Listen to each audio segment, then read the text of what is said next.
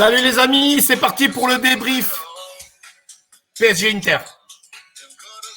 Ça vient de se terminer. C'est l'hymne de l'Inter là que vous entendez. Nerazzurri.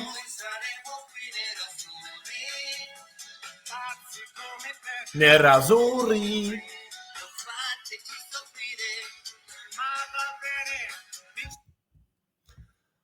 Donc voilà, c'est le débrief. PSG Inter, vous voulez le résultat chaud? 2-1 pour l'Inter. Donc, vous l'avez compris, si on fait le bilan de cette tournée au Japon pour le Paris Saint-Germain, 3 matchs, 1 nul, 2 défaites, 5 buts encaissés. Donc voilà. Et dans 10 jours, début du championnat, ça fait flipper. Bon, toujours pas de Neymar aujourd'hui. Lui qui veut être le meilleur joueur du monde cette saison. Pourquoi pas, j'ai envie de dire. Il s'est quand même fait opérer de la cheville, donc ça laisse beaucoup d'espoir quand même s'il retrouve son talent, surtout qu'avec l'absence d'Mbappé, on sait qu'ils n'étaient pas du tout amis, les loulous. Donc voilà, ça devrait très certainement lui être bénéfique. Bon, en attendant Dembouz, qui est dans l'avion là. Donc Dembélé, gros coup quand même du PSG, je tiens à le signaler, qui est aujourd'hui pour moi le dynamiteur, l'ailier dynamiteur en Europe, quasi numéro 1. C'est le seul joueur ailier que je vois aussi doué du pied droit et du pied gauche. Donc clairement, c'est une grosse arme, une vitesse diabolique, un vrai casseur de reins. Là, gros coup franchement du PSG, surtout qu'ils n'ont pas besoin de... Voilà, la clause a été... je dirais, activé hier soir avant minuit. Donc, le prix en plus, pour un coup assez bas. Donc là, chapeau le PSG, peut-être Kolo Muani. Donc, ils vont franciser à mort cette équipe en vue de l'inscription des joueurs pour la Ligue des Champions, où il faut avoir, je rappelle, 8 joueurs sur 24 inscrits qui font partie, je dirais, formés en France. Voilà. Donc ça, c'était pour la petite histoire. Sur le match en lui-même, bon, ben, sans surprise, offensivement, on va dire quasiment rien. Une seule action digne de ce nom et un penalty et un poteau d'Asensio. Voilà, là, sur la première mi-temps, ce que l'on peut se mettre sous le coude. Voilà, enfin, quand on démarre, encore, je le répète, mais sans avant-centre de métier, et Kitike n'a pas démarré aujourd'hui. Voilà. Alors Asensio, ok, il a du ballon, mais bon, il décroche, c'est pas un avant-centre, il fait ce qu'il peut, bon, surtout avec Solaire, car lui, j'ai jamais vu un mec aussi nul, quoi. Non, mais Solaire, quoi. Le mec, il est censé être avec Luis Enrique, là, qui va le pouponner pour être. Mais le mec, en fait, c'est pas ça, c'est pas un joueur. Enfin, il est manchot, quoi. Donc Solaire, c'est fini. Ça, je l'avais déjà dit. Les 2 satisfactions du jour, côté PSG, Warren aujourd'hui, Warren. Zaire Emery, ouais, le petit jeune, donc le seul qui a eu une activité digne de ce nom au milieu de terrain. Et Fabien Ruiz. Fabien Ruiz, qui, je pense, cette année, va faire une grosse saison.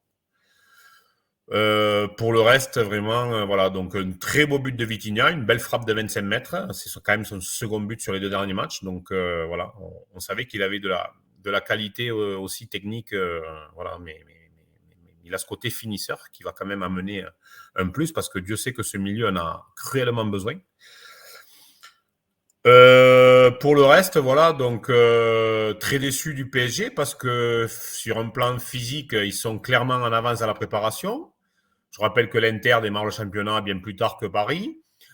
Je rappelle que l'Inter a disputé une finale de Ligue des Champions. Donc voilà, donc des vacances à rallonge, et c'est normal, bien méritées. Donc les différences physiques auraient dû être beaucoup plus grandes. Donc on a senti cette différence de fraîcheur sur notamment une bonne partie de la première mi-temps. Mais pas du tout sur la seconde, avec des remplacements qui n'ont fait que, voilà, que remettre en évidence, je dirais, ces errements défensifs dont souffre aujourd'hui le PSG. Donc là, il y a urgence. Urgence derrière, franchement, c'est très, très, très inquiétant. Pour le coup, voilà, donc le championnat va démarrer dans 10 jours. Donc on attend, ils attendent voilà, clairement des recrues, 6. Si Verratti part, 6, c'est la demande de Luis. Donc voilà, on va voir. Donc a priori, Kolo Muani, Dembélé, on verra si Mbappé reste, ce qui m'étonnerait fortement.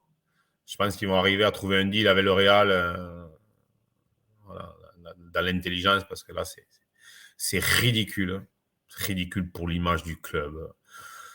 Pour Mbappé, parce que je suis désolé, il n'a aucune reconnaissance, ni pour le PSG qui le paye grassement depuis des années, et ni pour Madrid, si on va par là. Voilà, donc il y a des offres qui partent. Madrid veut essayer de prendre la température, mais c'est tout à fait ridicule. Enfin voilà, dans cette situation, personne n'est gagnant. Mais alors personne. On peut pas imaginer une seule seconde, franchement, Mbappé faire banquette toute la saison, une année charnière où il a besoin de jouer. Et le mec, il le dit, je suis un compétiteur. Si se veut le roi, si se veut le meilleur du monde, sans déconner, il est obligé de jouer. Il faut arrêter de prendre les gens pour des cons. Donc ce feuilleton, là, voilà, les journalistes animent ce qu'on veut.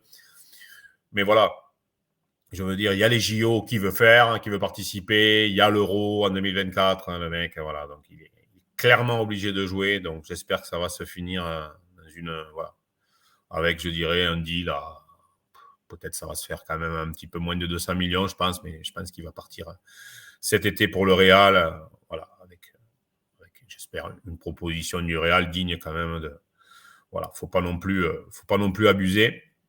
Et pour le coup, je comprends un petit peu la position du club pour une fois. Donc voilà, donc sinon côté français, il y avait Thuram de l'autre côté. Eh ben, je vous garantis, il n'est pas prêt de faire oublier ni Dzeko ni Lukaku, hein, le garçon. Donc Thuram, pour moi, je l'ai toujours dit, joueur surcoté. Voilà, donc qu'il aille renflammer le Roudourou à Guingamp. Là, il était plutôt pas mal en Ligue 2. Non, franchement, voilà. Donc le mec, il était libre, ok. L'Inter n'a rien déboursé, mais là franchement, voilà. On voit les limites de ce garçon. Moi, on m'a toujours dit un avant-centre, c'est surtout, ben voilà, on juge un bon avant-centre par ses buts. Ben, je suis désolé. Le petit Thuram, le petit Marcus, voilà. Si on rate ses stats, le mec, il tourne à 5-6 buts de moyenne par saison. Enfin, excusez-moi. Voilà. Donc, il n'y a pas de débat, excusez-moi, il n'y a pas de débat sur ce joueur. Il faut arrêter, là. Il faut arrêter. Ça y est. La compagnie Thuram, ça y est, il s'appelle Thuram. Donc, forcément, Dédé le prend en équipe de France. Mais enfin, franchement, voilà, c'est comme Kefren, d'ailleurs. Hein. Voilà. Bref. Donc, je vous souhaite tout le bonheur du monde. Et je vous dis à la prochaine. Alors, les prochains matchs amicaux, on va voir. Je crois qu'il y a Marseille et Leverkusen demain. Et sinon, il y a jeudi un club coréen pour Paris. Là, on verra. Voilà. Donc, si je suis par là, je vous ferai un débrief rapidement. Et Biba le PSG, Biba le championnat qui va démarrer. Et voilà, et moi j'aime tous les clubs, mais j'aime surtout le joli foot, pas celui que je viens de me faire chier là encore une fois aujourd'hui. Bye bye